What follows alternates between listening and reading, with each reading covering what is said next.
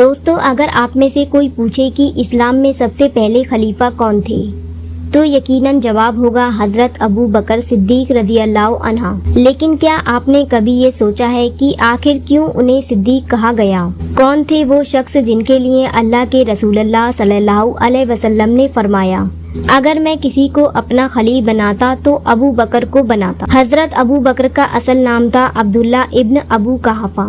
وہ مکہ کے بے حد شریف اور سمجھدار تاجر تھے۔ اسلام قبول کرنے سے پہلے بھی ان کی زندگی میں جھوٹ کی کوئی جگہ نہیں تھی۔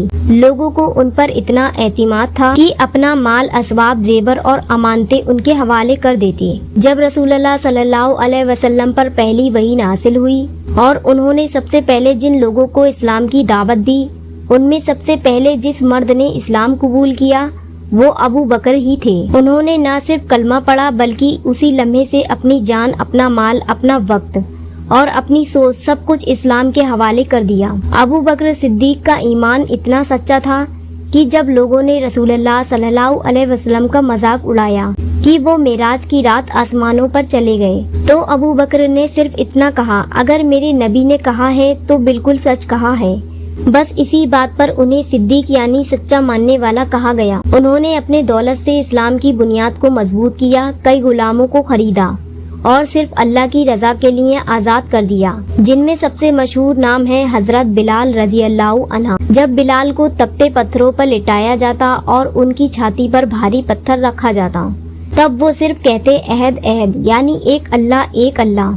اور جب ابو بکر نے انہیں خریدا اور آزاد کیا تو انسانیت نے راحت کی سانس لی۔ جب مکہ میں رہنا مشکل ہو گیا اور نبی کریم صلی اللہ علیہ وسلم کو ہجرت کرنی پڑی تو ان کے ساتھ جو اکیلا ساتھی تھا وہ ابو بکر تھے۔ دونوں ایک ساتھ غار ثور میں 3 دن تک چھپے رہے۔ اس وقت ابو بکر نے اپنی جان تک قربان کرنے کو تیار تھے اور بار بار کہہ رہے تھے، یا رسول اللہ، اگر مجھے ماریں گے تو صرف ایک آدمی مارے گا، لیکن اگر آپ کو کچھ ہو گیا تو امت تباہ ہو جائے گی۔ جب اسلام مدینہ پہنچا اور وہاں اسلامی ریاست قائم ہوئی تب بھی ابو بکر صدیق ہر گھڑی ہر موڑ پر نبی کے ساتھ کھڑے رہے۔ جنگ بدر، جنگ احد، ہر جنگ میں موجود۔ تب اللہ کے راستے میں دینے کو کہا گیا تو ابو بکر نے پورا گھر لا کر رکھ دیا۔ نبی نے پوچھا، ابو بکر گھر میں کیا چھوڑا؟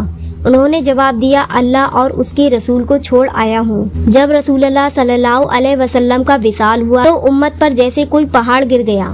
صحابہ کو کوئی ہوش نہیں رہا۔ حضرت عمر تلوار لے کر کہہ رہے تھے، جو کہے کہ رسول کا وصال ہوا ہے میں اس کا سر قلم کر دوں گا۔ لیکن اس وقت ابو بکر نے مسجد میں کھڑے ہو کر قرآن کی وہ آیت پڑھی جو جیسے سب کچھ بدل گئی۔ محمد رسول اللہ صلی اللہ علیہ وسلم صرف ایک رسول ہیں، ان میں پہلے بھی بہت سارے رسول گزر چکے ہیں۔ صحابہ کا دل کانپ اٹھا، سب نے مان لیا کہ ہاں رسول چلے گئے لیکن اسلام کا راستہ باقی ہے۔ اس کے بعد جب خلیفہ چننے کی باری آئی تو امت نے ایک مت ہو کر ابو بکر کو پہلا خلیفہ چنا۔ لیکن دیکھو ان کے دل کی نرمی، انہوں نے کہا، میں تم سب سے بہتر نہیں لیکن مجھ پر ذمہ داری آ پڑی ہے۔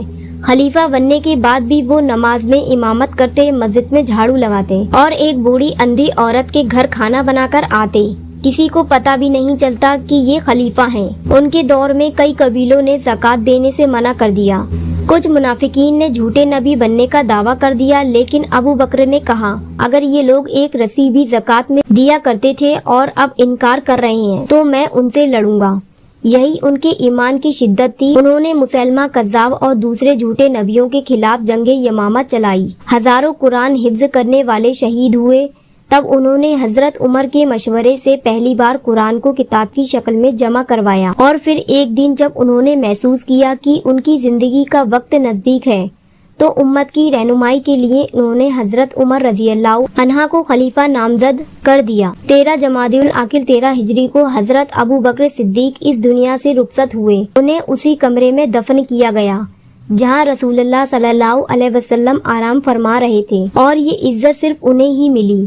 آج بھی جب آپ مدینہ شریف جاتے ہیں اور روضہ مبارک کے سامنے کھڑے ہوتے ہیں تو بیچ میں نبی صلی اللہ علیہ وسلم ہیں، ایک طرف حضرت ابو بکر اور دوسری طرف حضرت عمر۔ کہتے ہیں اسلام میں سب سے عظیم انسان محمد رسول اللہ صلی اللہ علیہ وسلم ہیں اور ان کے بعد ابو بکر صدیق۔